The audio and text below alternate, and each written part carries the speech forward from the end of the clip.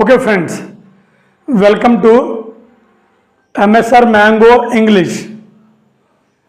Good morning everybody. Come to the point. Today we are going to learn the interesting topic that is hurt and worry. First of all I want to make you learn hurt. Okay, got the point? Now come to the point. But here I have written hurt. దీని meaning ఏంటంటే శారీరకంగా లేదా మానసికంగా బాధ పెట్టడం. ఓకేనా? శారీరకంగా మానసికంగా బాధ పెట్టడాన్ని హర్ట్ అంటారు.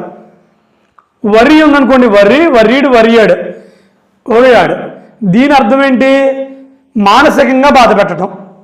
ఓకేనా? సరే, ప్రజెంట్ అదే, పాస్ట్ టెన్స్ కూడా అదే, హట్. ప్రస్తుతానికి దీన్ని నేర్చుకుందాం. ఇది అవసరమైతే చెబుదాం, లేకపోతే నెక్స్ట్ క్లాస్లో చెబుదాం. Okay, come to the point. Here ఇక్కడ మనం జనరల్గా తెలుగులో పక్కని అనరాని మాట అనేస్తాం. కొంతమంది కొంచెం నోరు దోలు ఎక్కువ ఉండిద్ది, వాళ్ళు ఏదో అనేస్తారు, వాళ్ళు ఏదో అంటారు, అనగానే పాపం ముఖం మార్చుకుంటాడు. వెంటనే మనం ఏమంటాం? ఒరే బాధపడ్డావా అంటాం. బాధపడ్డావా అంటాన్ని ఇలా వాడాలి. Are you hurt? బాధపడ్డావా అంటే వాడు బాధపడలా, మనం బాధ పెట్టాం, అందుకని నువ్వు బాధగా ఉన్నావా? Are you hurt? ఎస్. అప్పుడు ఆడేమంటాడు అనుకున్నావు? Yes I am hurt. ఇదిగోండి, అప్పుడు వాడు ఎస్ ఐ ఆమ్ హర్ట్. ఓకేనా? వాడు అరే మామ ఏమనుకోవద్దురా అంటాడు. Yes if don't mind are you hurt? అప్పుడు ఏం అంటాడు? Yes I'm hurt. ఒకవేళ వాడు బాధపడలేదు అనుకో, నో ఐఎమ్ నాట్ హర్ట్. వాడు బాధపడితే ఐఎమ్ హర్ట్ లేదా ఐఎమ్ నాట్ హర్ట్. ఓకేనా? ఐఎమ్ హర్ట్ లేదా ఐఎమ్ంట్ హర్ట్. ఓకే, ఇదనమాట ఆర్ యూ హర్ట్. అయితే ఆర్ యూ హర్ట్ అనేది దీని అర్థం రెండు అర్థాలు ఉంది. ఒకటి, మనం వాడిని మానసికంగా బాధ పెట్టినప్పుడు వాడచ్చు, లేదా వాడు ఆటల్లో ఆడుకుంటా whenever he is playing in the ground, whenever he is cycling, at the time he unexpectedly he gets the hurt, means వాడికి దెబ్బలు తగులుతాయి, he is getting the hurt. అప్పుడు మనం ఇది వాడాలి. ఓకేనా? Are you hurt? Did you get hurt అంటే దెబ్బ తగిలిందా. ఇదిగోండి, did I hurt you? Did you get hurt? Did you get hurt? See this point.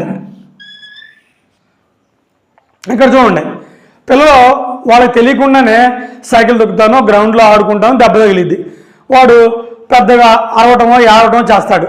అప్పుడు మనమే అంటామంటే ఇలా అంటాం, ఆర్ యూ హర్ట్? అదే సందర్భం. ఇంకో సందర్భం ఏంటంటే, మనం ఏదైనా అనరాని మాట అనేసి మనం కొంచెం నోరు కంట్రోల్ చేసుకోలేక అనేది ఒక మాట అనేస్తాం, వాడు బాధపడతాడు, అప్పుడు ఆర్ యూ హర్ట్. ఇది రెండింటికి వాడతాం. వాడు బాధపడ్డాడు అనుకో, ఎస్ ఐ ఆమ్ హర్ట్. లేదు వాడు ఆటలో దెబ్బ తగిలిందనుకో, ఎలా దెబ్బ తగిలిందా అని మనం అడగాలి, డిడ్ యూ గెట్ హర్ట్? అలా అనమాట. నీకు లేదు నీకు అప్పుడు దెబ్బ తగిలిందా అనాలి, did you get hurt at that time. ఓకేనా?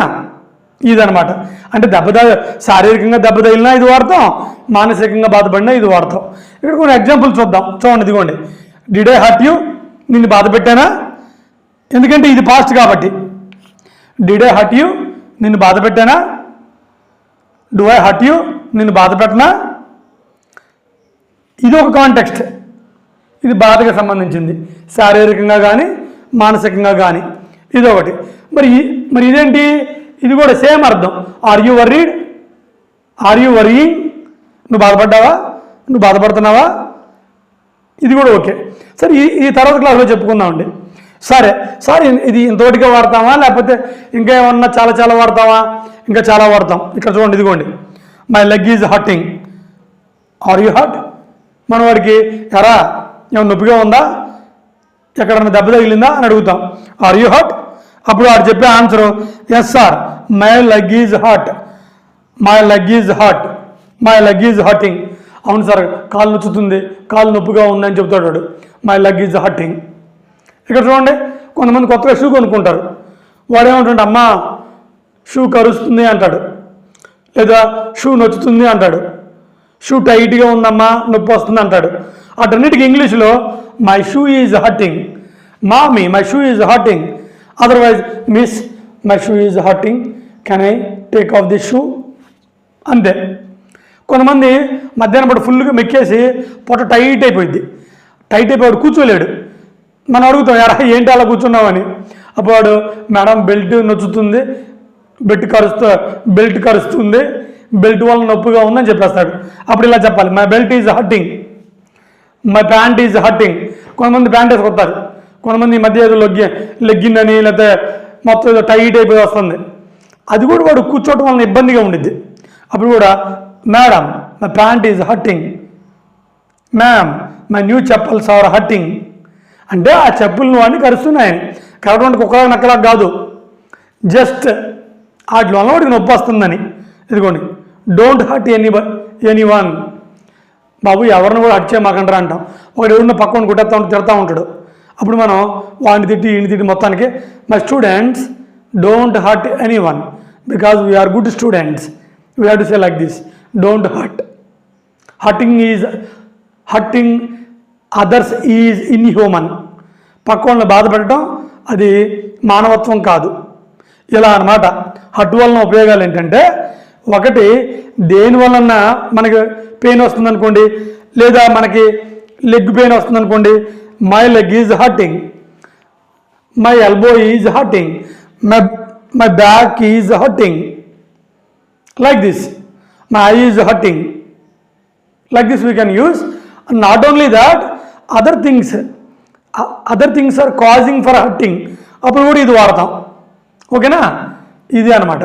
సో ఎనీహౌ మళ్ళీ ఒకసారి చూడండి, ఇది మానసికంగానికి బాధకి వాడతాం, శారీరకమైన బాధకు కూడా వాడతాం. ఇదిగోండి, ఆర్ యూ హర్ట్, బాధపడ్డావా, దెబ్బ తగిలిందా, డిడ్ ఐ హర్ట్ యూ, నేను బాధ పెట్టానా, డూ ఐ హర్ట్ యూ, నేను బాధ పెట్టినా. ఇదొకటి,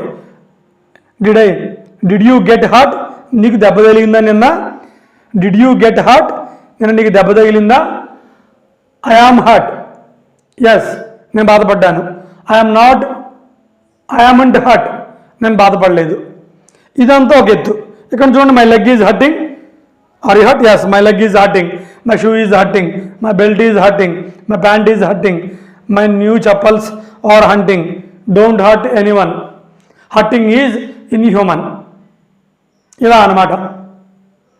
అందుకని ఈ హర్ట్ అనేది మనం ప్రస్తుతం నేర్చుకున్నాం. నెక్స్ట్ క్లాస్లో వర్రీని ఎలా వాడతారో చెప్తాను. ఓకే ఫ్రెండ్స్, నమస్తే.